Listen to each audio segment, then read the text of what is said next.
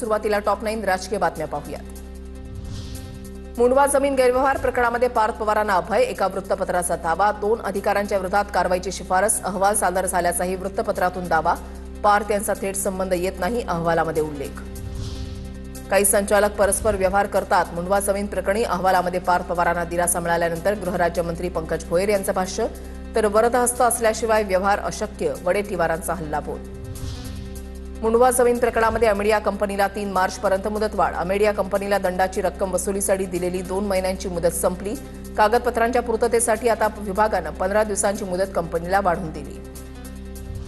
मुंडवा जमीन गैरव्यवहार प्रकरणामध्ये शीतल तेजवानी जामिनासाठी उच्च न्यायालयामध्ये, न्यायमूर्ती एस.सी. डिगे यांच्या एकल पीठानं राज्य सरकारला नोटीस पाठवली, 6 मार्चला सुनावणी होणार, पुण्याच्या अतिरिक्त सत्र न्यायालयानं तेजवानीचा जामीन अर्ज फेटाळला होता।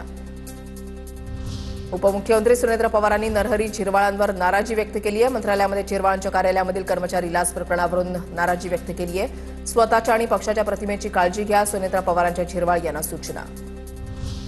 मंत्री नरहरी झिरवाळ यांची आज पत्रकार परिषद, सकाळी 10 वाजता झिरवाळ माध्यमांच्या समोर भूमिका मांडणार। मंत्रालय लाच प्रकरणी झिरवाळांच्या दालनातील क्लार्क सध्या पोलीस कोठडीत। झिरवाळ नार्वेकरांचे प्रकरण फडणवीसांनी गांभीर्यानं घ्यावं, मंत्रालयामध्ये आणि विधानसभा अध्यक्षांच्या दालनामध्ये महाराष्ट्राच्या इज्जतीचं वस्त्रहरण सुरू, सामनातून झिरवाळ आणि नार्वेकरांवर टीका, अलिबागमध्ये नवा मुळशी पॅटर्न सुरू झाल्याची ही नांदी, सामनातून टीका।